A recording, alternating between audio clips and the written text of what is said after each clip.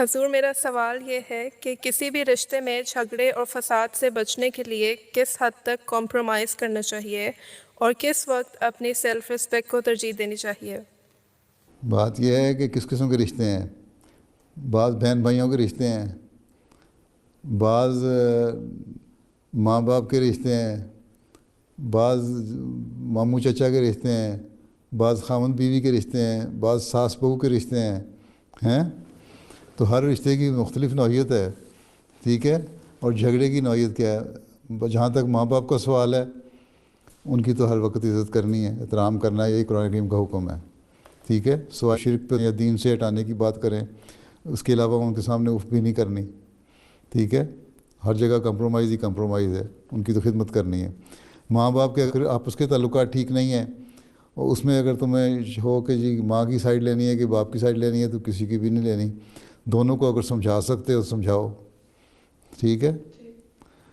بہن بھائیوں کا جہاں تک سوال ہے، وہاں اگر بہن بھائیوں سے صلح کے لیے اپنا حق چھوڑنا بھی پڑے تو چھوڑ دینا چاہیے. اسلام یہ کہتا ہے دوسروں کے حق کا خیال رکھو، ہیں.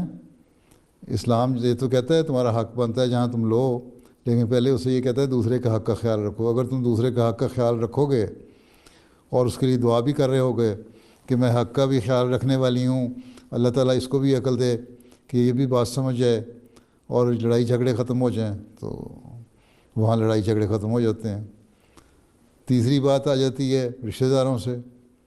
ماموں چاچا بہن بھائی اگر ان سے تو ویسے ہی بزرگ بڑے ہیں اور روزانہ کا انٹریکشن تو ہوتا نہیں ہے، میل جول تو روزانہ کا ہے کوئی نہیں، کبھی کبھار ملنا ہے، تو ان سے اچھی طرح السلام علیکم کرو، ہر ایک سے سلام کرو، خوش اخلاقی سے پیش آؤ، یہی اعلیٰ اخلاق ہیں، ٹھیک ہے. رہ گئی ساس بہو کی بات، تو ساس بہو میں یہ ہے کہ ساسیں بڑی اپنی عمر کے لحاظ سے پکی ہو جاتی ہیں ان کی عادتیں، ٹھیک ہے.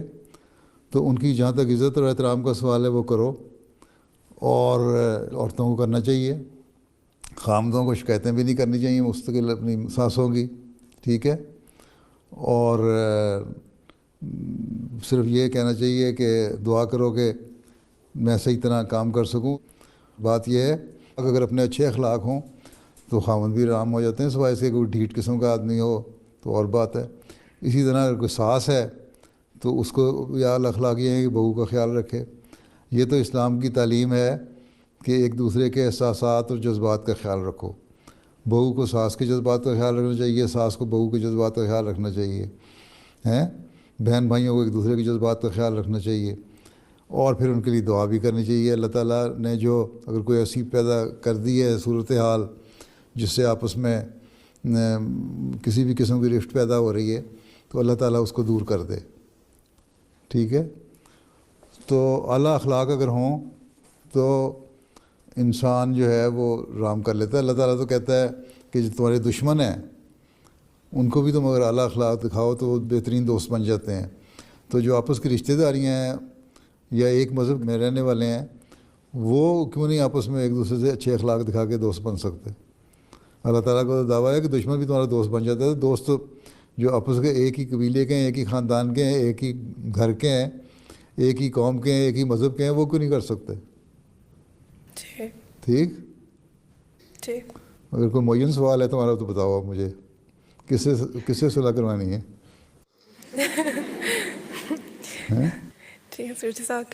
ساری آ گئی ہیں بیچ میں باتیں کہ نہیں آ گئی ہیں؟ تو آج تمہارے ہیں جو ذہن میں تھیں جو رشتے وہ آ گئے نا سارے ہی. چلو پھر جاؤ بیٹھ جاؤ.